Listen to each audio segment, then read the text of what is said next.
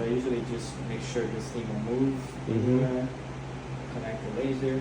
So first thing I have to do is tell the laser, calibrate the laser, and tell the laser I'm measuring a horizontal plane. So I usually put a laser line and I'm going to shoot 3 points around the room. Usually the first one is on the left. Okay. And then that one on the right.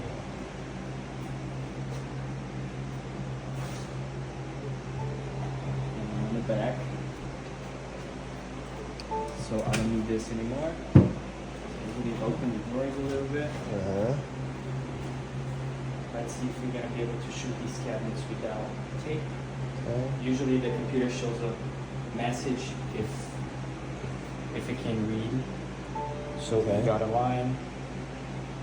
And then we use different layers for different scenarios. Like here is a panel, so we use the red layer so the machine knows what it's cutting. So that's the reflection I was talking about. And that's when we use these to absorb that light.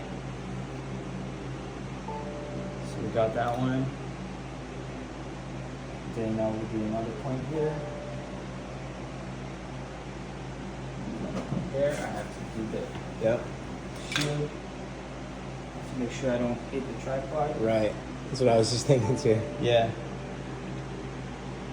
And then when I shoot walls, I try to do multiple points. Usually I go like 6 inches.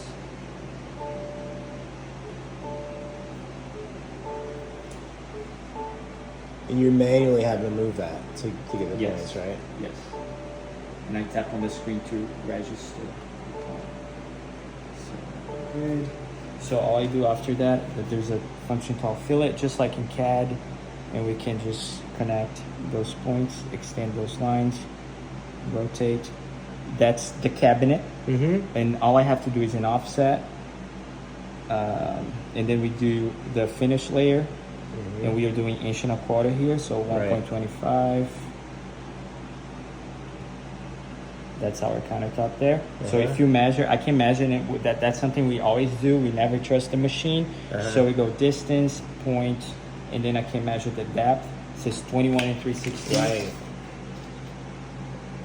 So 21 3/16. We're good here, and then the length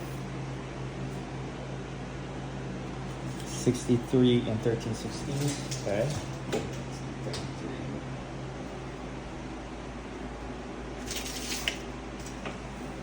What's the number again? 63 13/16. I got 30, and then here I got 30 13/16. So we're good. Yeah, awesome. Right on. Thank you, Bruno. Yeah, so then I still have to do some work here because we like to map the cabinets. Yeah. That way, it happens sometimes when customers buy sinks that are bigger than the actual cabinet space. They want to maximize the sink size, and it's real close, right? So that's why I like to map the cabinet so we know, how big the sink, like what size sink they can go with. Right. So I just go back to capture, and we use a different layer. We use the sink cabinet layer so the computer knows. Gotcha. We're measuring. That's smart.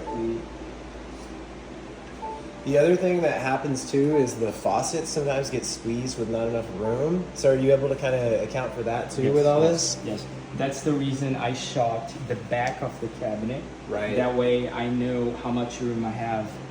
Sometimes you're doing like 1.25 thick backsplash. We have to account for that. Right. So that's why we try to map the whole thing and get as much information as we can. Yeah. If not, I always feel like I kind of got like steered in the wrong direction, or like, it's hard to make decisions when, as the builder, I can't see where those fixtures are actually going to sit. Yeah. So then it's always too late. Yes. They're like, oh, you can put it right here, but that's your limitation because of the cabinet. And I'm like, well, damn, why did we put the sink in this position then? We like should have scootered it. Forward. Why didn't we do that? Yeah. Oh, well, and then it's already cut. Yeah. So then you have to kind of like squeeze it or accommodate, and it's just there is not a ideal standard for those cuts. But what we do, if we see that those holes are going to be too close to that backsplash, we usually call the builder and say, hey, what do you want us to do here? You want us to move, just like you said, move the sink forward. Sometimes we need. That's the reason we ask for the faucets and for the faucet number, Right. so we can measure that the exhaustion and see how wide that is. Are y'all drilling those holes? We try to do it in the shop. We try to do everything in the shop. Yeah. But if we don't have the faucet information, for example, Right. it's something we can do on site. Right, We prefer not to, Right. but we can definitely. But if do you it have that info, then you're going to do it at the shop. in the shop, Yeah, that's ideal, I think. Yeah, very cool. And again, there's standards, like usually we do a 4-inch setback, so that's the distance from the edge of the countertop to the sink, and that works most of the time.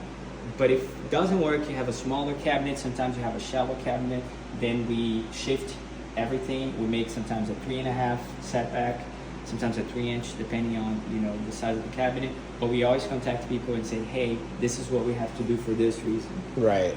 Yeah. Cool. Thank you for the education. I appreciate it. Oh yeah, you're welcome.